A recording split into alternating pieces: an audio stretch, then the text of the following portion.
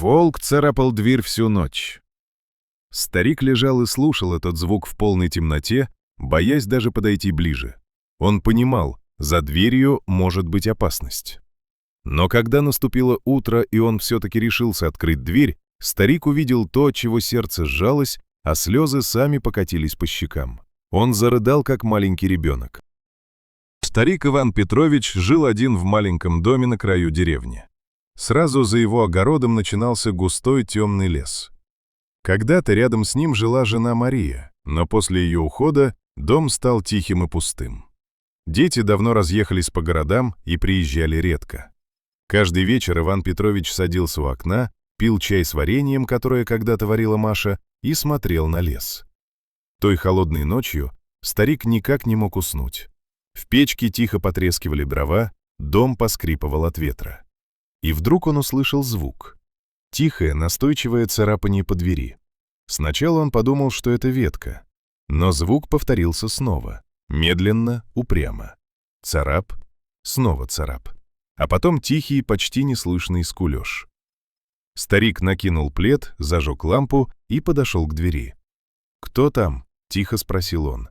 Но ответом снова было только царапанье. Всю ночь этот звук не прекращался. Иван Петрович так и не решился открыть дверь. Зимой голодные волки нередко подходили к домам. Лишь под утро скулёж стал слабым и жалобным. Тогда старик все же открыл дверь.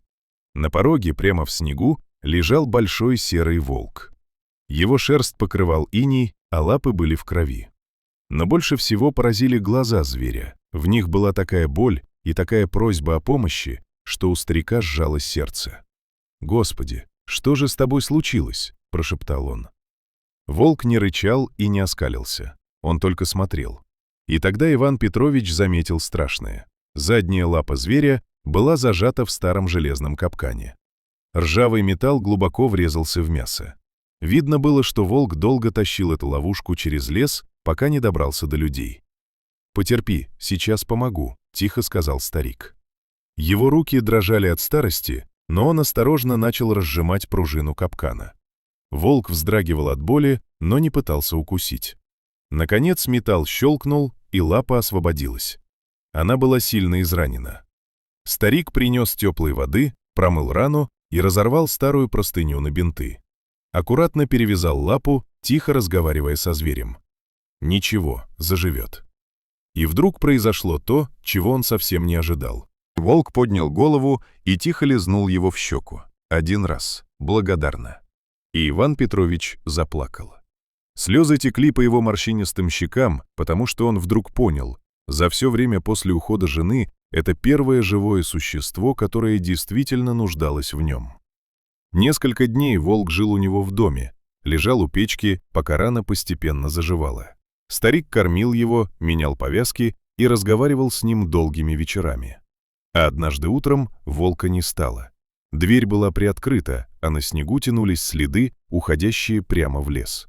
Старик посмотрел на них и тихо сказал: «Иди, дружок, лес тебя ждет». Через некоторое время у двери появился свежий заяц. Подняв глаза, Иван Петрович увидел на краю леса знакомую серую фигуру. Волк стоял и смотрел на него, а потом исчез среди деревьев. С тех пор иногда у порога появлялась добыча, то заяц, то куропатка. Волк не забыл.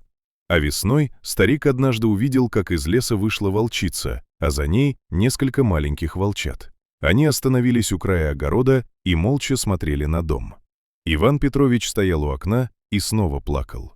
Но теперь это были слезы радости, потому что он понял простую истину. Когда ты делаешь добро, оно всегда возвращается. Иногда не сразу, но обязательно возвращается.